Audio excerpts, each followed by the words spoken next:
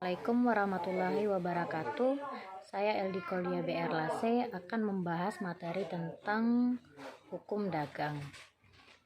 Pertama, pengertian pekerjaan. Yaktiningsasi 1994 mendefinisikan pekerjaan sebagai suatu kegiatan yang menghasilkan sesuatu yang bernilai bagi orang lain, dan dalam pelaksanaannya mereka harus bervariasi dengan organisasi kerja yang formal.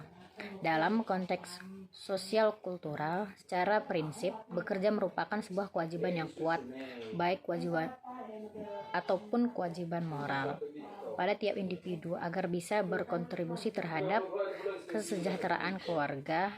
Sedangkan dalam konteks ekonomi politik, bekerja lebih sebagai promosi karena mempresentasikan status dan penghasilan yang tinggi. Pengertian dan peraturan perusahaan di Indonesia.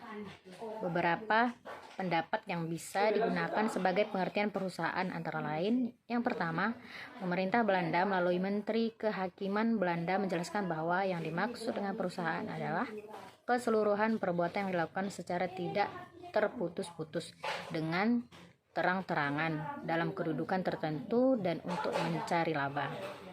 Yang kedua, Molegraf berpendapat bahwa perusahaan adalah keseluruhan perbuatan yang dilakukan secara terus-menerus, bertindak keluar untuk mendapatkan penghasilan dengan cara memperniagakan barang-barang, menyerahkan barang-barang, atau mengadakan perjanjian-perjanjian perdagangan. Yang ketiga, Pola menyatakan bahwa sebuah perusahaan dianggap ada bila diperlukan adanya perhitungan-perhitungan tentang laba rugi yang dapat diperkirakan dan segala sesuatu itu dicatat dalam pembukuan. Yang keempat, Mulhadi menjelaskan bahwa pengertian menjalankan perusahaan mempunyai unsur-unsur sebagai berikut. Yang pertama, ada perbuatan dengan kualitas tertentu yang dilakukan. Yang kedua, dilakukan secara terang-terangan, baik tidak melanggar hukum. Yang ketiga, dilakukan secara terus-menerus, kontinu, berkesinambungan. Yang terakhir, mencari keuntungan. Sedangkan secara yuridis, pengertian perusahaan bisa dilihat antara lain pada Pasal 1 huruf B Undang-Undang Nomor 3 Tahun 1992 tentang wajib daftar perusahaan, mendefinisikan perusahaan adalah setiap bentuk usaha yang bersifat tetap dan terus-menerus dan didirikan, bekerja serta berkedudukan dalam wilayah Republik Indonesia untuk tujuan memperoleh keuntungan atau laba. Yang kedua, Pasal 1 Butir 2 Undang-Undang Nomor 8 Tahun 1997 tentang dokumen perusahaan menyebutkan bahwa perusahaan adalah bentuk usaha yang melakukan kegiatan secara tetap dan terus-menerus dengan tujuan memperoleh keuntungan dan atau laba, baik yang diselenggarakan oleh perusahaan maupun badan usaha, baik berbentuk badan hukum ataupun bukan badan hukum, yang didirikan dan berkedudukan dalam wilayah negara Republik Indonesia. Pengusaha dan pembantu perusahaan. Dalam beberapa definisi perusahaan yang dikemukakan di atas, sesuatu disebut perusahaan apabila memenuhi unsur-unsur. Yang pertama, merupakan bentuk usaha. Yang kedua, bentuk usaha itu diselenggarakan oleh perseorangan maupun badan usaha, baik yang berbentuk badan hukum ataupun bukan badan hukum. Yang ketiga, melakukan kegiatan secara tetap dan terus-menerus. Yang keempat, bertindak keluar dengan cara memperniagakan barang-barang atau mengadakan perjanjian-perjanjian. Yang kelima, membuat perhitungan tentang laba rugi yang dicatat dalam pembukuan. Yang terakhir, bertujuan memperoleh keuntungan atau laba. Pengusaha dan pembantu perusahaan. Pengusaha adalah seorang yang melakukan atau menyuruh melakukan perusahaannya, menjalankan perusahaannya. Pengusaha dapat yang pertama melakukan sendiri, yang kedua melakukan sendiri. Bentuk perusahaannya sangat sederhana dan semua pekerjaan dilakukan sendiri, merupakan perusahaan perseorangan. Yang kedua, dibantu oleh orang lain. Perusahaan turut serta dalam melakukan perusahaan. Jadi, dia mempunyai dua kedudukan, yaitu sebagai pengusaha dan pimpinan perusahaan dan merupakan perusahaan besar.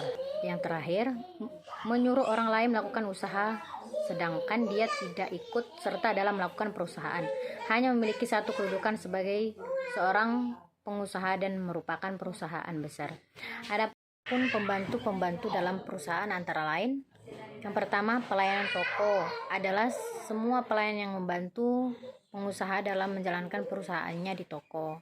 Yang kedua, bekerja keliling ialah membantu pengusaha yang bekerja keliling di luar kantor untuk memperluas dan memperbanyak perjanjian-perjanjian jual beli antara majikan atau pengusaha dan pihak ketiga.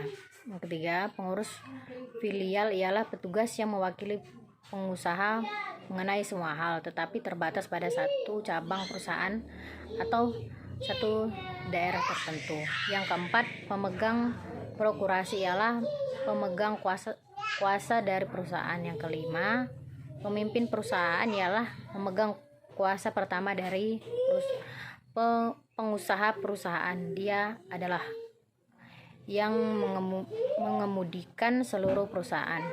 Adapun pembantu-pembantu luar perusahaan antara lain agen perusahaan, perusahaan perbankan, pengacara, notaris, makelar, komisioner. Hubungan hukum antara pengusaha dengan pembantu. Perusahaan pembantu di dalam perusahaan memiliki hubungan yang bersifat subordinal, yaitu hubungan atas dan hubungan bawah, sehingga berlaku hubungan perburuhan. Misalnya pemimpin perusahaan, pemegang prokurasi, pemimpin filial, pedagang keliling, dan pegawai perusahaan. Yang kelima, urusan perusahaan. Pengertian urusan perusahaan menurut Abdul Qadir Muhammad, segala objek yang ada dalam lingkungan perusahaan, baik berupa harta kekayaan perusahaan maupun usaha perusahaan.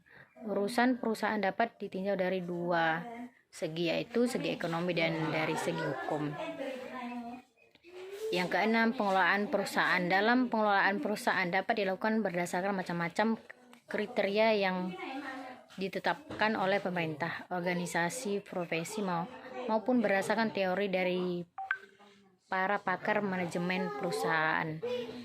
Jenis perusahaan menurut Badan Pusat Statistik, jenis perusahaan menurut objek kegiatan, jenis perusahaan berdasarkan status hukum, jenis perusahaan menurut peringkat usahanya, jenis perusahaan menurut status kepemilikan.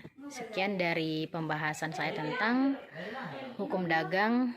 Mohon maaf atas segala kekurangannya. Saya akhiri. Assalamualaikum warahmatullahi wabarakatuh.